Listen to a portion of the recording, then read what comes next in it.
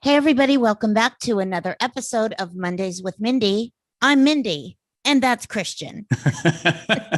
Hi, everybody. Welcome back to the show.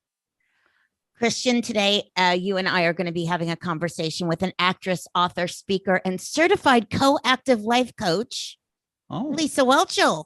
Oh. Yeah, someone I know just a little bit. A little. Lisa was born and raised in Texas, and at the age of 12 was recruited there by talent scouts for Disney to be in the new Mickey Mouse Club. She moved to California and went from being a Mouseketeer to Blair Warner at the Eastland School for Girls on the NBC comedy The Facts of Life. What many people don't know is in the early 80s, Lisa had quite a successful second career as a gospel singer and was even nominated for a Grammy in 1984 for her contemporary Christian album, All Because of You. Oh. I was lucky enough to go with her and hear her perform, and she got very much into that scene. Wow. Then she met Stephen Cobble, and Lisa made a rather easy decision for her and joyously became a full-time wife and mother and homeschool teacher for her 3 children.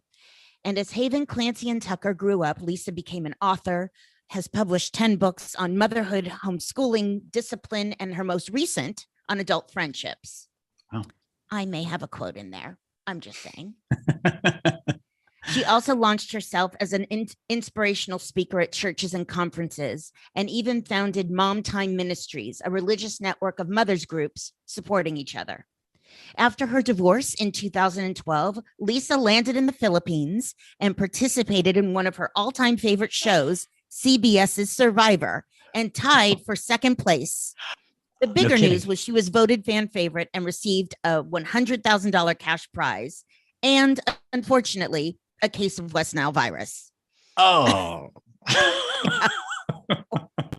Yay. Her most recent career tack is becoming a successful life coach. And the latest is that Lisa can be seen Sunday nights on MeTV hosting the show Collector's Call. And her latest book, as I previously mentioned, is titled Friendship for Grownups. Newly remarried to psychologist Pete Harris, Lisa lives in Nashville and Los Angeles and is the proud Coco mama of 2 grandchildren, one of whom is still on the way. And by the way, it's a boy. Oh, very exciting.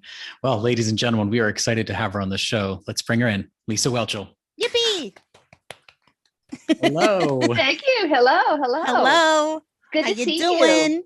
Doing great. How about you? I'm good. Good. I'm loving the haircut. Oh, thanks, bub. And the I glasses appreciate it. too. You know what? The 50s. I'm venturing out. I love it. Or venturing back, whichever.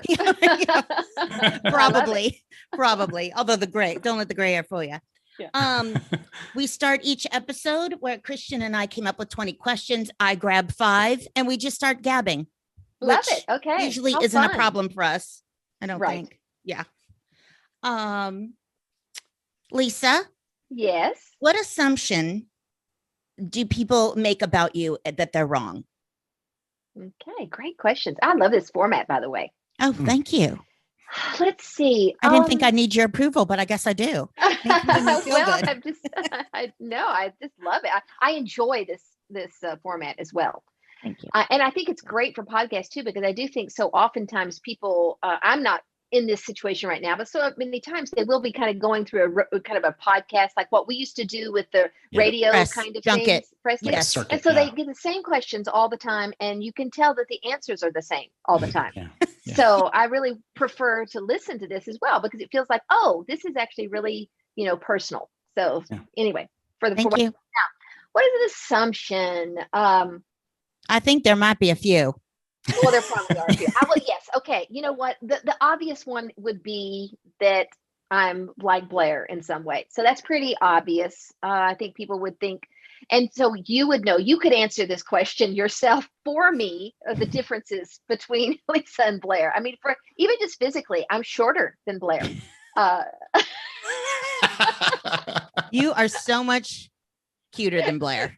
Also. Well, thank you. You are so much more well-read than Blair. Okay, this is true. And I have a Texas accent. Blair was not supposed to, although it did sneak in every once in a while. Blair loves clothes. I hate shopping. We both love boys, and so that's good. But who doesn't love money? Blair has more money than I do, but that's another difference. But putting that aside, I love this question because I want the opportunity. So I have been kind of known, for those who care, even people who don't care, there's kind of this understanding. I mean, like I know when I was fixed up with my husband, Mhm. and he was given my name, and he was like, well, yeah, I think she was on a show, and I think she's a really big Christian, and I just, I don't know if we'd really hit it off. So I don't think people give humans, especially, or celebrities, a chance to grow and evolve and change. So oftentimes they get stuck either in a role, or they get stuck in a season of life, and there's no room to change and grow and evolve. And so the faith is still the very core of my life, but it's much more expansive now. It's not just within the confines of Christianity. Christianity is my foundation. I love Jesus, but I'm grateful for the structure of the church and the community of the church that helped me at a time when I could have gone off the rails. Yes. But after I kind of grew up and maybe didn't need the structure as much for security because my core was more solid, I was able to realize that the structure was very confining and small, not only for me, but it was too confining. The walls that kept me safe also kept the rest of the world out, and that was from fear. But when love was stronger than fear, the walls could come down, and I was able to experience a huge world of unique people who weren't so scary just because they were different. And I could learn from them as well. I didn't have to, proselytize them and save them from going to hell. Yes. Well, I can attest to the evolution of your spiritual life. And also, I think it was also, just as a fan of you, was so tickled when you decided to do Survivor for many reasons. But I felt, knowing you as well as I do, that it was the first time people actually saw the real Lisa. Yeah. That it wasn't these, stereotypes that usually come after the first comma of your name, and, just saw the full breadth. And that was kind of the beginning, really, of this kind of new journey that you've been on. Anyway, that isn't even who you are now, but that was 10 years ago. Can you believe it was 10 years ago I was on Survivor? No. I think my either. boobs just fell. Oh my God. Just now, mine fell like 10 years ago. Again. What's the best advice you've been given, and who gave it? Oh, okay. And I know that's hard because you've been surrounded by some pretty amazing people. I know, yeah. And so I'm going to have to just go with my first answer, which is probably the more recent. And that is that feel my feelings. That's the best advice, because I've lived in my head for a long time, and that's it's not a bad way. You can make some good decisions. But it's confining, it's limiting. It's not the full breadth of humanity. And I think that's part of it too. I didn't want to be human because I was scared of my humanity. And in a rejection of my own humanity, you can't help but to interact with people the way that you interact with yourself. That's right. And so giving myself room to, I'm feeling jealous. Oh no, I'm feeling like, Survivor was really good for this, because I think I had found a scenario where the rules were such that I could do all the things that I thought I would never do in real life: lie, backstab, cheat, value money over people. And yet that's in all of us. Of course. And it's more dangerous when we don't actually acknowledge it and admit it, much less feel it, and just let it be. You don't have to act on it. You don't have to, do anything about it. But if you cut it off rather than feel it, it's going to come out the back door and, stink. I mean, Yeah. I always think people are afraid to. Oh, if I'm feeling depressed, people will call me a depressive. If I'm feeling anxious, people will call me, oh, she's anxious. They are afraid to be defined by the feeling they're having instead of just knowing that feelings come, go, pass through. But that's I always call it a huge misunderstanding we're given whenever we get that message where we're somehow going to be defined by a feeling. So Yeah, yeah, I love yippee. that. Yeah. Do you have a hidden talent, Lisa? Well, it's not that hidden because it was on. We did an episode with Facts of Life where they made the little ventriloquist puppet of Joe. Because my hidden talent is I'm a ventriloquist. A very good one, I might add. Well, thank you. And I could be even better on a podcast because, you wouldn't even know if my lips were moving.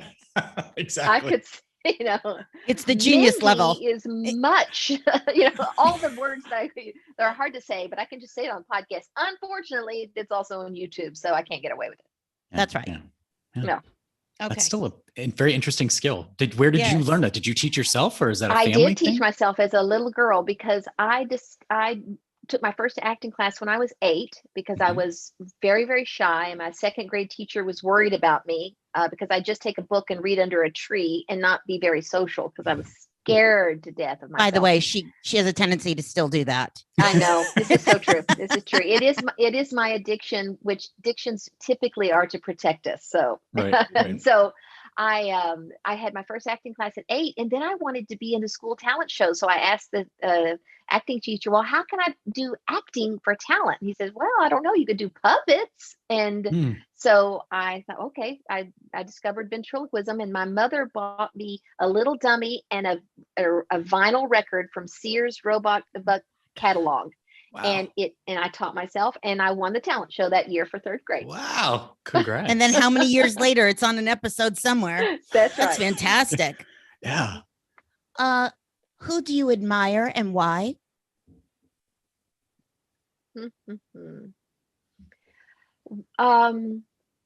Again, so many. So I'm just going to go with the most recent. There is an author by the name of Miranda McPherson.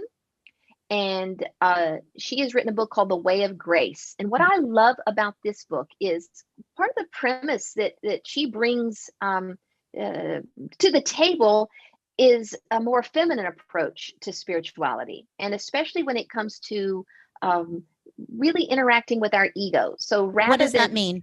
Rather than, you've got this ego structure that was there to protect us in the beginning, but then it gets kind of confining. But it also kind of separates us from others and even from our own authentic self.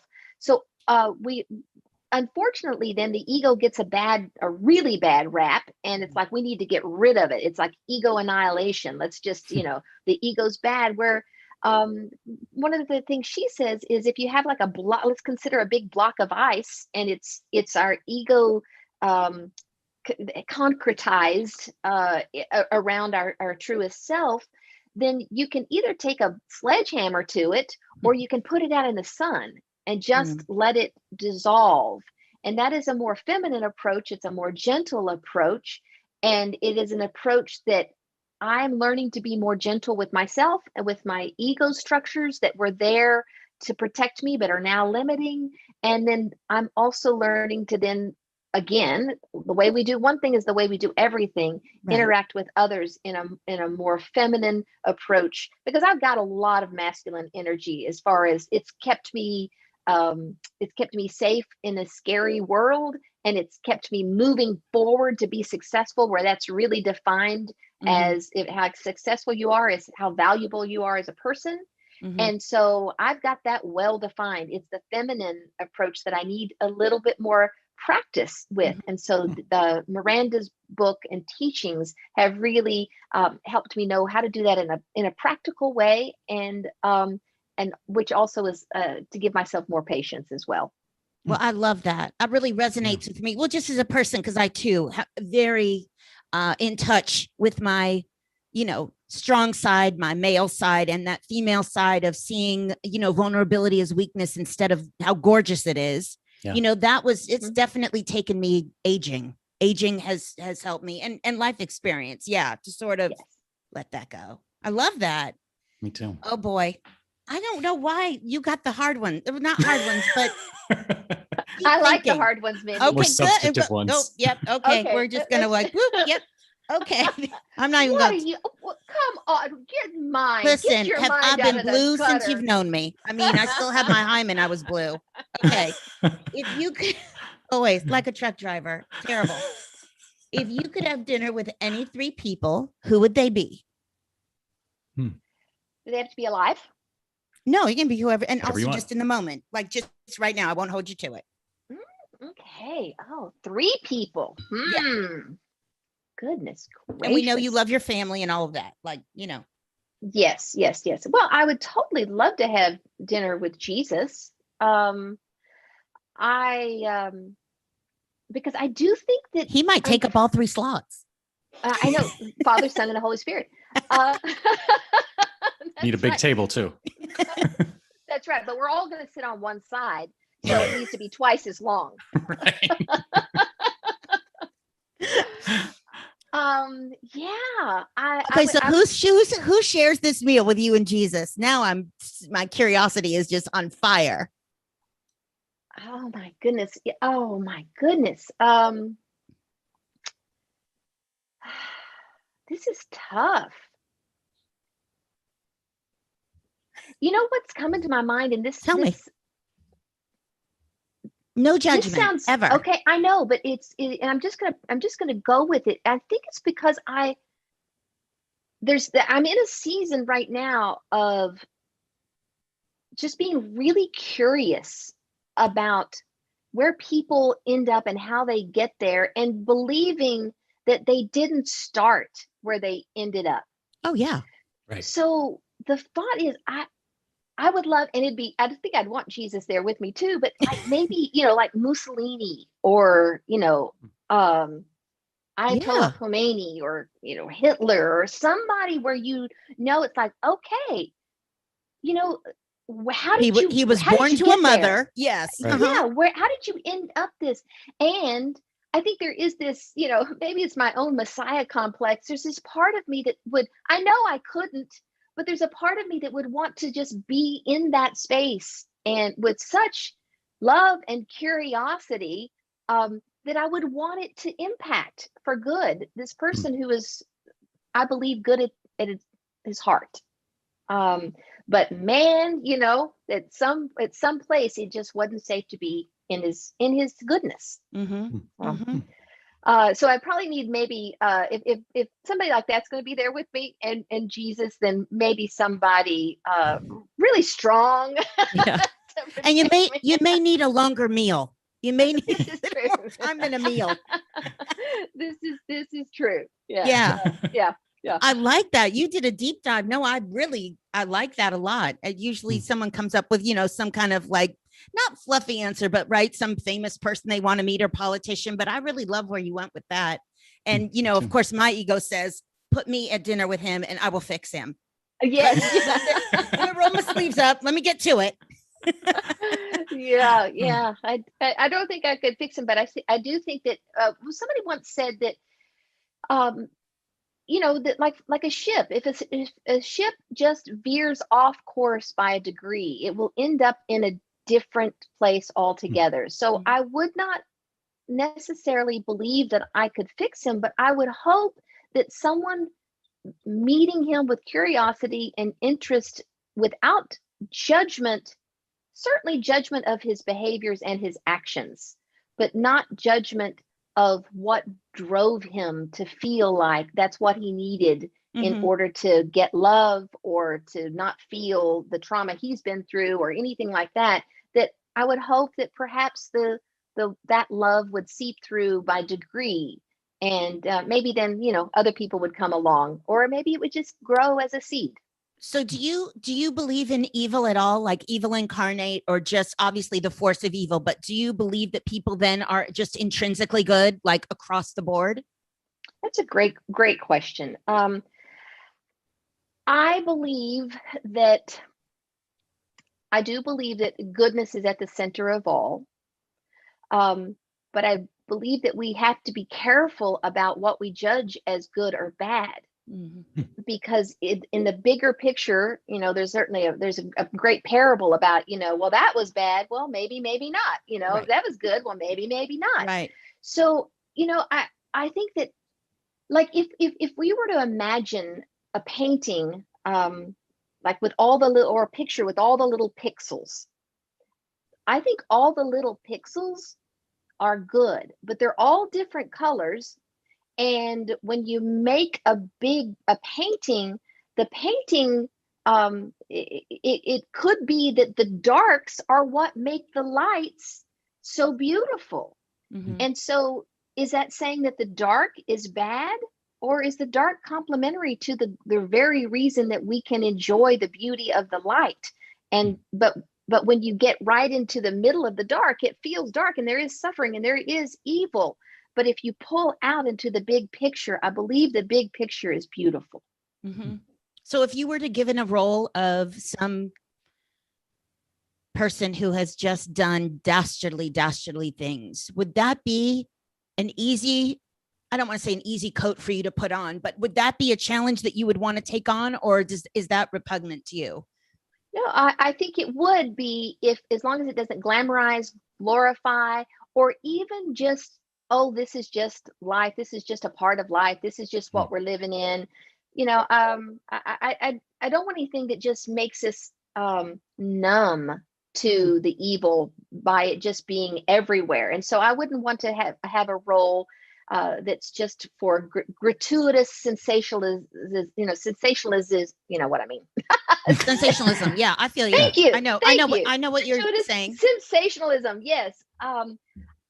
But here's the thing, Mindy. I'm not at the point yet where I have fully been able to acknowledge the depth of my evil.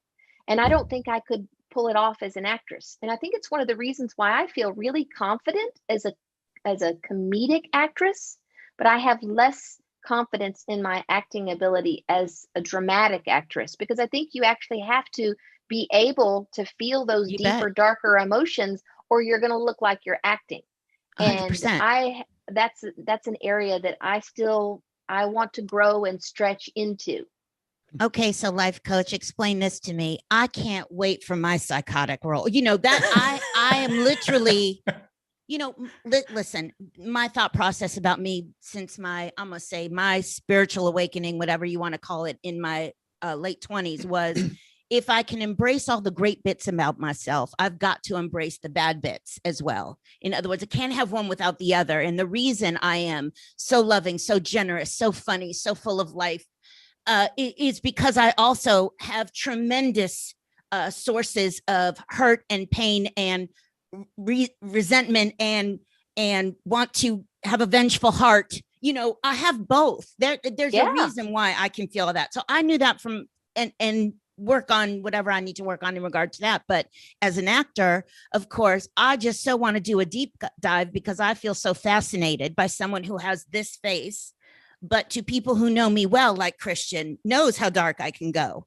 And, I just as an actor and as a creative, I find that so friggin' exciting.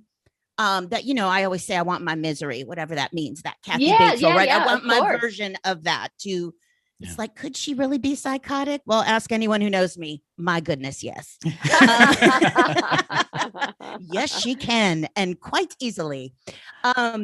So I love that. I love your honesty. I always have. I really actually appreciate that and always have very much. That has come to you very naturally since I've known you. And I don't know where that comes from, whether it's genetic or your family or your faith, but you've always been so tremendously honest, and I always know where you stand, and I so appreciate that. Just you and a person. Yeah, of course. Thank you very much. That's very meaningful. I guess we'll trade off. I didn't know I needed that validation from you, but it really does mean it, because there are a few friends I have in my life that I have known since I was a kid. I mean, at this point in our life, we will never have friends as close that and as long and as deep as the friendship like you and Mindy and Kim and I have, because we don't have that much life yet to live. Right. To have the just the time that we've had together over the last 40 years, some odd years. Yeah. Agreed. And yeah, I love that about us, by the way, that the four of us seem to have come back together. I'll bet, I think, out of, dearly departed people, we've always known what each other's doing, but I do feel there was, I love the, I'm going to share, if you don't mind. I mean, I don't think it's that private, but it was really cute when Cloris passed, the suggestion of, that came from Lisa, this is wonderful that we text and we call each other every now and then and fine, but we should probably get together in person, like maybe once a year, once every other year. And of course, Kim's first text was Bahamas ? She put forth the destination. But I just thought it is true where there is just this unspoken something that I only think gets deeper and more lovely with age, that we have. It's kind of wonderful, that I don't have with anybody else. Yeah, and we never will. And there's something about too, people that have gone through the trenches together. Well, we went through 9 years, fame and celebrity, and especially back then where there were only 3 networks. It's a rare thing to go through that in life. And so there are very few people in this life that would ever be able to really relate or understand what we went through, and to go through it as children where you're really very, impressionable, and things are, you're kind of figuring out who you are. And for us to have gone through that season and that experience together, there is a bonding that, probably will never happen in our life as well. Yeah. Well, people always say, I mean, is it like the 4 of you went to college? And I said, no, it's like the 4 of us went through junior high, high school, college, and grad school. Think about that. That's how together. Long, we were together. So people always kind of go, oh my God. I said, yeah, it wasn't a tour of duty. It was 9, So yeah, for sure. What have you guys been, getting inspired by with what's gone on this last year? What's inspiring you right now in your household? Well, certainly my granddaughter and my new grandchild on the way. Congratulations. Yes. Thank you. That's but even, as big as that is, I will have to say, my marriage, I got married in the end of 2019. So right before the pandemic. Yes. And then my husband is a psychologist. So he started working from home. I'm a life coach. I work from home. So we've been together, and in the pandemic around the clock, and have really loved every minute of it. And as you know, I have done a lot of psychological work on myself since I was, a teenager. But I once read a psychologist who's once said, we are wounded in the context of relationship. We can only really fully heal the depth of those wounds within the context of relationship. And intimate relationship is what's going to actually get to the deepest, most core wounds. The closer the more you open your heart and let someone into those deep places, they're going to step on them. They're going to activate them. We're going to react. And then we're going to, project and put it all on the other person. Well, that can either drive a couple or a close friends apart, or you can be conscious about it. Yeah. And you can say, I'm reacting. And yes, I'm mad because you did that. But I also know that this is the kerosene, the little lamp, the kerosene, the candle wick is dipped like in childhood. So I'm a flame here, but I don't want to burn you down, because this isn't really so much about you. But thank you for that little spark, because otherwise I would not have had and the love gives you the reason to go ahead and go to those deeper places. Well, and the choice to be together. I mean, I have to say, because you asked, she didn't ask, because you asked, that I just always say also that a relationship born in health remains healthy. I mean, a relationship born in sickness cannot survive health.